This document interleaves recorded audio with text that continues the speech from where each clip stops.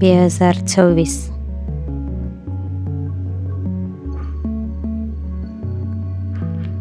બસ એક જ ઈચ્છા છે કે તમે રોજ 31st મનાવો ને ખુશ રહો.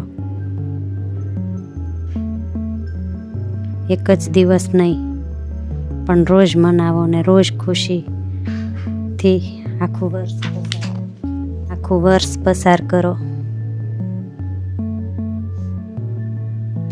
તો આપણે જાણ્યું ટીચકો પાર્ટ 1 અને 2 કે આપણે જે ધારીએ એ કરી શકીએ. તો હું કહું છું કે આ ધરતી ઉપર એક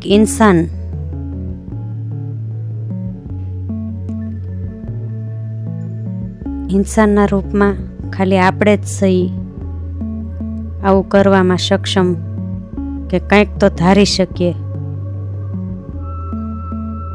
બાકી કોઈ જીવ કોઈ પ્રાણી માત્ર પૂર્વ ધારી નથી શકતા. આપણે આપણું મન બનાવી શકીએ છીએ. મતલબ એ તો ખાલી જ જન્મે છે. જન્મે ત્યારે આપણે બધું નાખીને એને બનાવીએ છીએ. તો આપણે સચેતન એનો નિર્ણય કરી શકીએ છીએ કે હું કેમ રહી શકું છું. તો આપણે 2026 ધારી લઈએ કે કાંઈક તો એક વાત તો એવી હશે જે આપણે કરી શકીએ. કાંઈક તો એવું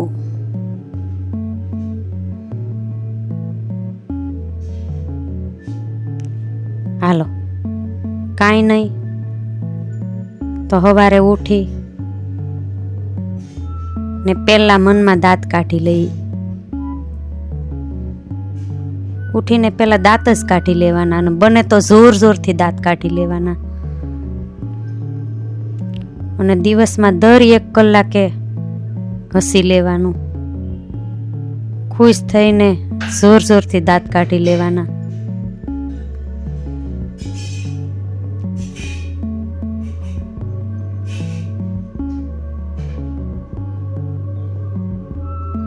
દર 1 કલાકે નહીં તો દર 3 કલાકે. અને યાદ કરી લેવાનું કે ઓહો હું હજી જીવું છું.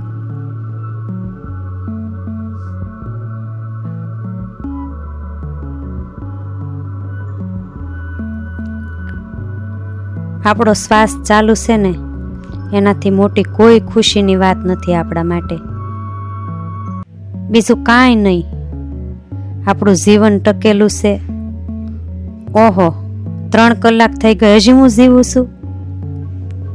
ઓહો દિવસ ઉગી ગયો હજી હું જીવું છું. અને આનાથી મહત્વપૂર્ણ આપણા માટે કાંઈ નથી. આપણો શ્વાસ ચાલુ છે.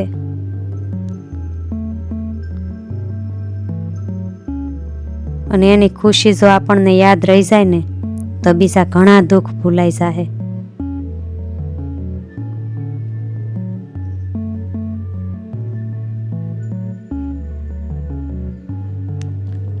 આપણે જીવતા સહી અને ખુશ સહી એનાથી મહત્વપૂર્ણ આપણા માટે બીજું કાંઈ છે જ નહીં.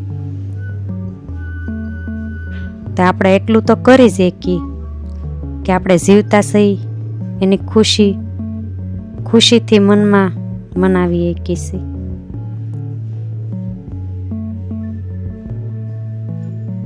સક્ષમ સહી. અને જો ખુશ રહેવાની આદત પડી જાય ને તો એ આદત આપણા માટે બહુ મદદરૂપ થઈ જાય.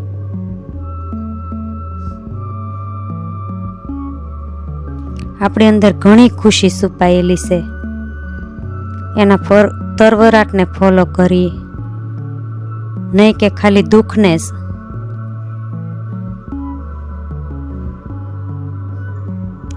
તો પૂર્ણ કોઈ નથી માટે શૂન્ય થવું છે.